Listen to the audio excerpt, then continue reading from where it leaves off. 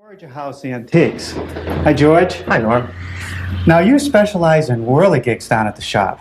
Yes, we do. Whirligigs and all kinds of toys and things that have movement. Well, why don't you show us what you have here at your house? Okay. Well, if we come into the gallery living room, this was a whirligig. The blade is gone. It's all metal. And this one shows a lot of men working on the railroads. Pump car here. We even have an Indian down here. That is great. And this one's activated with the rod coming around and hitting the little sprockets on the other side. That is great. Now here's one that seems to be a bit simpler. Oh, this one's very simple and served a different purpose. This was not a toy. This was actually a tool. Really? This is what would have been put into the ground to scare moles. The propeller would spin, the vibrations would come through down here with a spike into the ground, and the vibrations hopefully would keep those moles out of your lawn. It's kind of unique. Now how about this piece right here? That's a large piece. A wonderful toy, Norm. This was done in New York State probably around 1930, and it is a circus activated by a handle. Wow, you got the three-ring circus, the ringmaster, and even the elephants. Who would have built things like this? Oh, probably a grandfather or father, definitely for the children. They had lots of times on their hands. Yeah, it's great. Definitely pre-television. Now, what about this one? This has several propellers on it. Oh, this is a complicated one, but still very simple, and probably from Nova Scotia. 3 propellers, always to turn it into the wind, and then the 2 men, which would all spin. Wow. Wind. Now, it's made out of, it looks like mostly scrap pieces of wood. It's very simple, and this is the original paint job? It's still the original paint. What's left? How about this one over here? Well, this one, Norm, is probably shows the most common form of activity in whirligigs. Somebody sawing wood. Let's see how this works. Oh, The propeller turns. There's a little bit of a crankshaft there that goes down to another stick of wood. It comes along here to another metal rod, and the arms and the man move as the saw passes over the log. Wow, that's great. Of course, these have to be carefully balanced so they always turn into the wind, right? They would always had a rod that would have gone into a solid, a post or something, so it would anchor it and let this part turn into the wind. We have it anchored right here for display. Now that's another wind-powered piece. How about some more mechanically powered pieces, like hand-driven? We have several hand-driven things. Let's look at this piece here by John Scholl, a very famous American who carved a lot of fanciful toys. 8 acrobats. And it just runs on some pulleys and some strings. Pure fantasy. Why would they built these? To just keep children busy during idle hours. So many toys were done, and so many things that had movement. I let the children do things. I mean, today we have pull toys, and this was before televisions, that's for sure, right? You got it. They're great. Now this one right behind your arm there looks very rustic. A very primitive one. No paint, all wood, not highly finished, not sanded, not refined. This looks like part of an old soapbox. Yeah, it's the Dutch cleanser girl. And this would help date it. I mean, we could go and look when the Dutch cleanser girl was on wooden soapboxes. And this is all made out of wood. The only metal that I see are actually the screws. A very simple, rustic piece. Now, do you have any whirligigs that were made here on Nantucket? Oh, that's what we specialize in. And the most common form of those whirligigs made in Nantucket are the Dewey boys, the sailor boys. These guys were made by a variety of makers, and the first ones were called Dewey boys after Admiral Dewey of the Spanish-American War in 1898. And this one is clearly marked Nantucket in the front, so we know it's from here. And on the back, it has Lincoln Seeley, maker, Nantucket, Mass. So this was a cottage industry down here. It was a cottage industry. Seeley died in 1951. But these guys, this one probably dates from the 40s when he was most active and had his family all involved in making these. Do you find examples of these sailor boys in other parts of the country? There were many variations. The table has a whole group of them. This one, for example, we found this guy in Nashville. He's only a fragment, but definitely Nantucket. He has the bowed legs, the feet, the same kind of hat, but how he was ever activated, I am not sure, because these arms do not move, which you find here. Now these three right here, All either marked by Lincoln Sealy, or I would attribute them to Lincoln Sealy.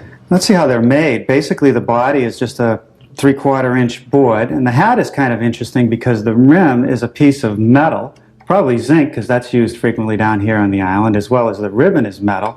And then once that was installed, it was just capped off with this piece of wood. And the arms appear to be just dowels connected by a shaft, and the paddles look to be just hand carved. Yeah, the paddles are replacements, which we have to do. Now the shoes, I understand they're either applied or sometimes carved out of the same piece of wood as the body is. Now there's a bit of work that would go into one of these. What do you think they cost originally? Oh, probably $3, $4, $5. How about today? Different story. Today they're highly desirable, highly collectible here on the island, and the one you have in your hand is $1,600. Wow. Well, it's an amazing piece. And there's a lot of good ideas here about how whirligigs work. I'll take some of them back to the workshop and see if I can come up with a version of my own. Well, I can't wait to see it, Norm. Thank you. You're welcome. Thank you. That trip to Nantucket was valuable. I learned a lot about whirligigs. But when I got back here to the shop, I took a look at our old sign. For years, we've been trying to figure out a way to animate it, maybe make the saw blade turn. One thing led to another, and here's what we came up with. Our own whirligig. Now, does the guy running the saw look familiar? Let me turn on a little wind and show you how it works. Once the propeller picks up the wind, it spins, then it spins the saw blade, and the arm moves back and forth as if cutting a piece of wood. Now later, we'll paint it to match the new Yankee colors. And I want to get started today cutting out the larger parts of the whirligig. For this project, I'm using mostly plywood, either 1/2 inch MDO, which is an exterior grade plywood, with a paper facing, which will be nice and smooth to paint later, or a multi-laminated 1/4 inch marine plywood, which will also hold up very well outdoors. I've used a full-size poster board layout, traced it onto the plywood, and I'll cut it out at the bandsaw. But before we use any power tools, let's take a moment to talk about shop safety. Be sure to read, understand, and follow all the safety rules that come with your power tools. Knowing how to use your power tools properly will greatly reduce the risk of personal injury. And remember this, there is no more important safety rule than to wear these safety glasses.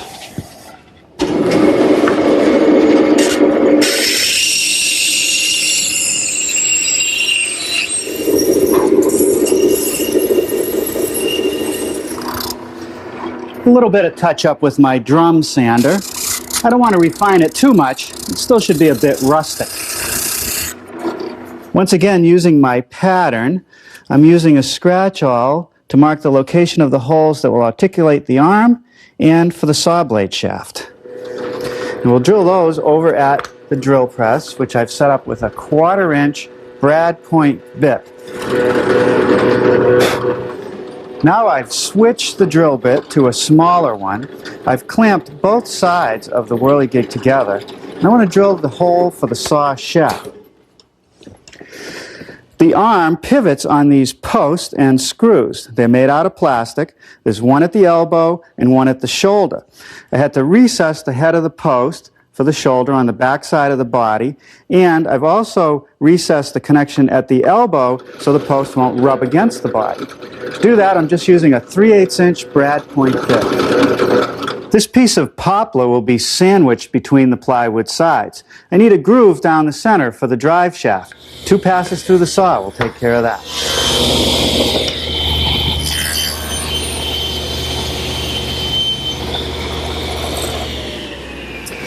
That slot is necessary for the pulley that will drive the saw.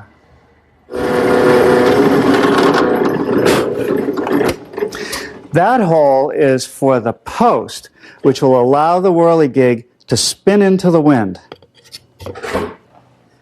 Now for a little assembly. I'm going to take the side with the figure and actually glue and nail that to the poplar block. Now on the other side, I want to be able to remove it for mechanical reasons, so I'll attach it with just screws.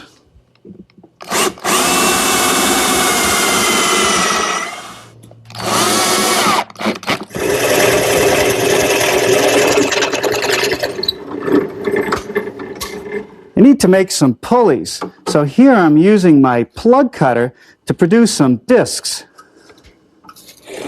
Here I've switched to a smaller plug cutter for the center of the pulley.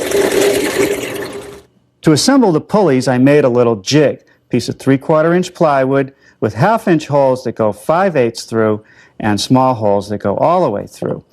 Now, I'm using an epoxy glue for the assembly. I've got a quick setting version, sets in 5 minutes. It's waterproof and it's strong. So what I do is set one of the 1/2 inch pieces in the jig, put on a dot of glue, then set a 3/8 inch piece as close to the center as I can, push it down, put another little dab of glue on, and another 1/2 inch disc. And we'll set those aside to dry.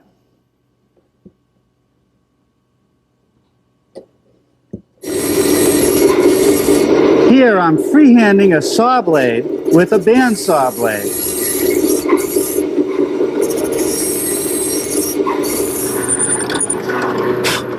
That takes care of the hole in the saw for the shaft. Now I'll drill the holes through the pulleys while they're still in the form. Now I'm ready to start building some shafts. So I've taken off the saw table, and you can see that the shaft runs through the pulley and some sleeves so that it can spin freely, and nuts hold them in place. The material I'm using for the shaft is this 1/8 inch solid brass bar that I picked up at a hobby shop, and the sleeve is just a hollow tube that slides over it easily. Now the rod comes without threads, so I'm cutting my own using this. It's a die. They come in various sizes and various thread patterns. And the idea is to just carefully start it on the end and make about a 1/4 turn forward, then back it off to remove the chips until I thread the right amount. See what a nice job it does? Now I'll cut it to length and thread the other end. Now the bandsaw blade cuts right through this soft brass like it's butter. Before I glue the saw and the pulley to the shaft, I'm taking a file and making a little bit of a flat spot. It'll leave room for the epoxy, and it'll keep it from slipping once it's set up. You can see that if I didn't file it off, there wouldn't be any room for that epoxy. Also on each end, I'm epoxying a small washer in place, and that'll ride up against the tubing later.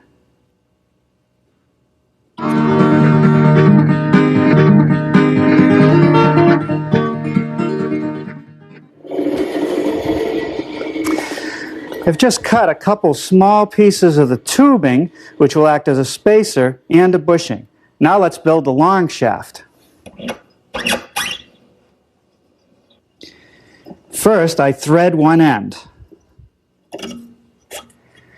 If you look at the other end of the shaft on the prototype, you can see that I need to bend an offset and then thread the end. First, I mark the length, and then I set on a pair of locking pliers. Then I can simply bend it by eye to about 45 degrees, first in that direction, and then bend the other side parallel to the shaft.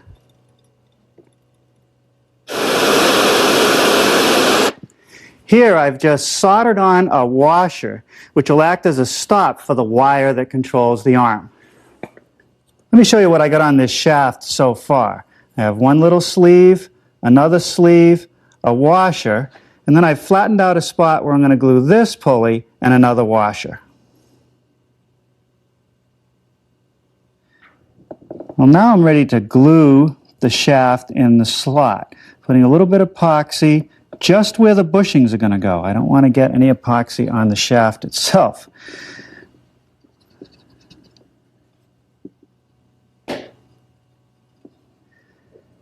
Now I used short pieces of sleeve because I felt that if I ran the sleeve the entire length of the shaft, that it would create too much friction. Now I'll put a little bit of epoxy on top, and then we'll let it set for a few minutes. Now I'm ready to install the shaft with the saw blade. I push the sleeve through the side that's already in place. Take this nut off and slip the other side on and position it.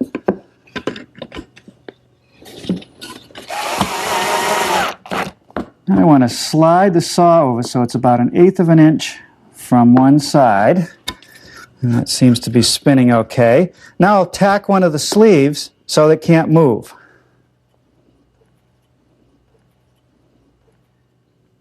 Now just a touch of thread locker so those nuts can't come loose. These are covers for the main shaft.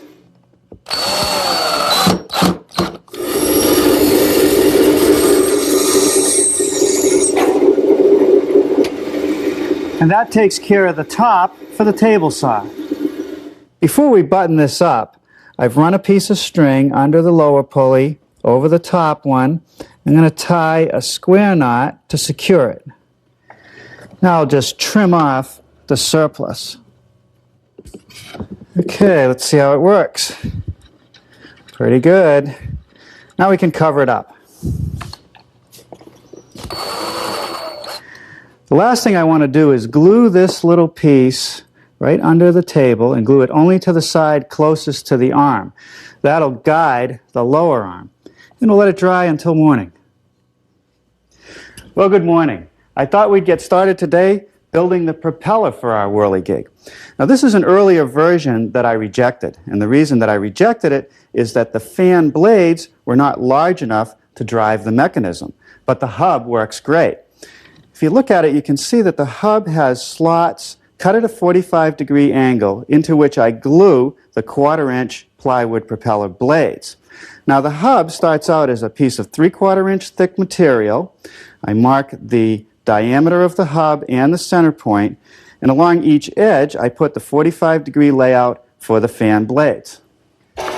One way to cut the slots for the fan blades is to use a radial arm saw. So I've carefully set up a stop block against which I can put the blank, and I'll use a push stick to hold it in place. With the saw turned to 45-degree angles and the height set to go down about 3/8 of an inch, I'll make one pass.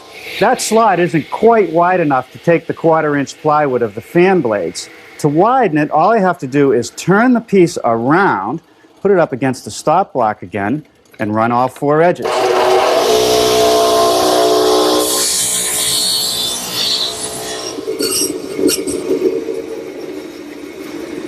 That takes care of making the hub round.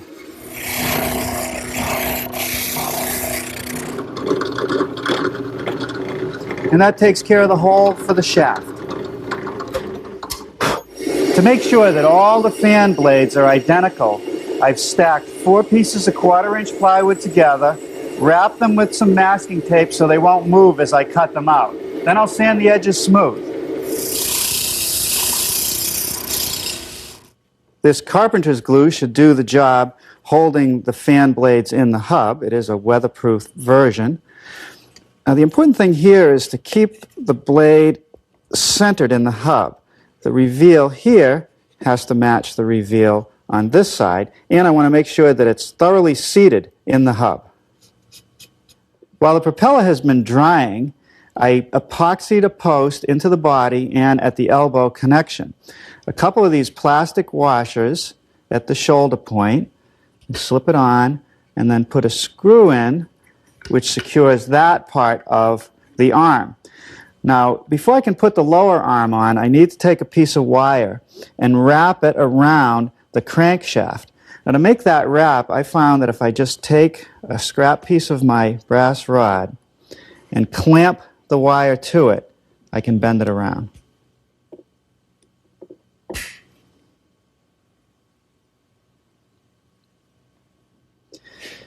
Okay, let's see how that fits. That's good. Now the tricky part. I'm going to lay the wire over the post on the arm and check the bottom here. And there seems to be good freedom. It's not going to bind up. And I'll bend a loop in the other end. All right, let's give that a try. Just turn the crank. A little bit of binding there. We'll make a couple adjustments.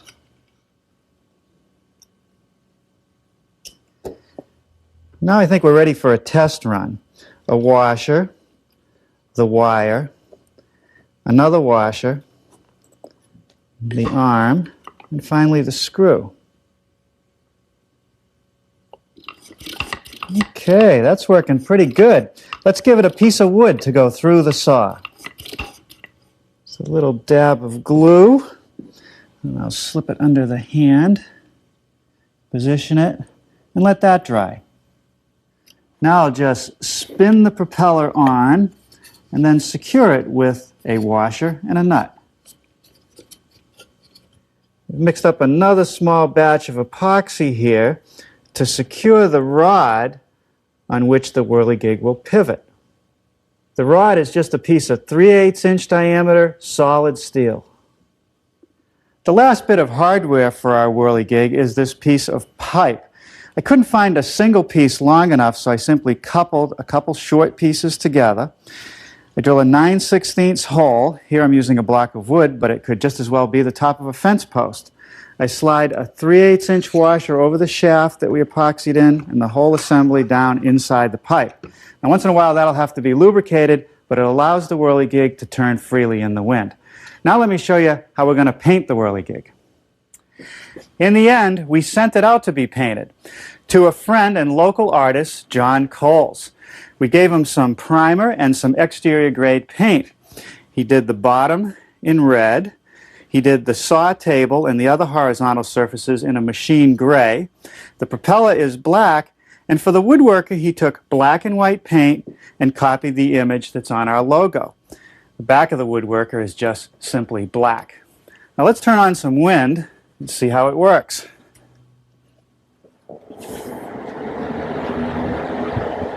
Pretty good. Now all I got to do is find a good spot outdoors to show it off and a place where it's going to catch plenty of wind.